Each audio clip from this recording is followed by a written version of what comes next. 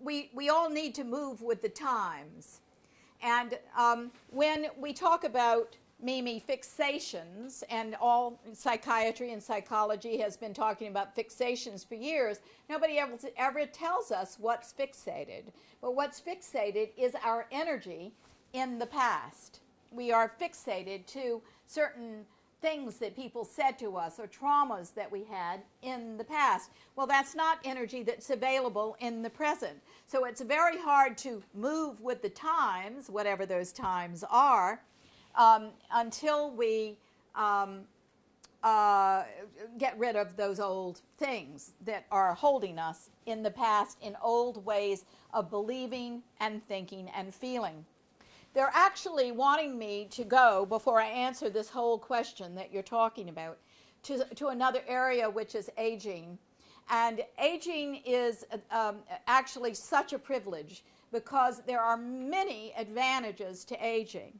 We should be deeper and deeper at peace with who we are. We have the privilege to wake up to God.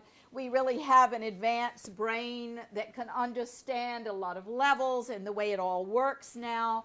And we have more and more of a desire to be the whole that we are, that we have always been, but that we have been denying for a very long time.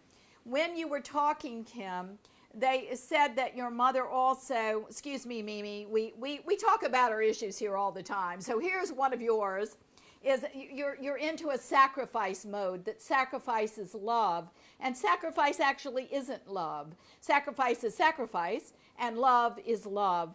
And if it's all right with you tonight, we're going to separate those things out because you don't need to sacrifice you. Kim loves you very, very much. I love you very, very much. You're just adorable. And I can see the energy around you. You are dearly, dearly loved, and you have a marvelous place in this world, and you're really quite a bright light. But what's happening here is you're very beaten down from all of this. You're trying to do everything. And here's a news flash. You're not supposed to. Now, when we're little girls, we do this because and by the way, the screen sometimes stops and then it starts again. So when we're little girls, sometimes we sacrifice because we find that our parents think it's cute, or they are very needy and we learn to take care of them. Kim, this has been something that actually is passed on to you now. You're doing the same thing that you're accusing your mother of doing. You understand? And the energy really, both of you, how wonderful, has to stop. We have got to realize that sacrifice is the little girl in all of us, or the little boy, who is doing something to get more love, to be a little more special, that kind of thing. But you know what? You guys have got to take a chance on who you are as God, and that is special enough without all the extra things. If you cross the line and you are not caring for yourself, you actually are not caring for the God that you are. And again, the thing that is wonderful about this world is that everything is an aspect of God. We are the aspect, you are, Mimi, the aspect of God as who you are as Mimi. Kim is that. The space between you is that.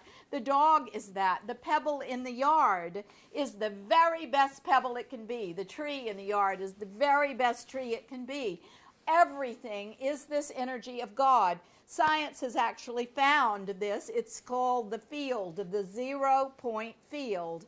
We call it God, we call it consciousness, we call it everything.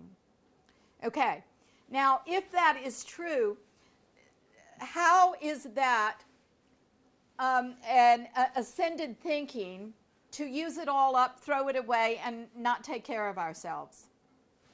It doesn't work.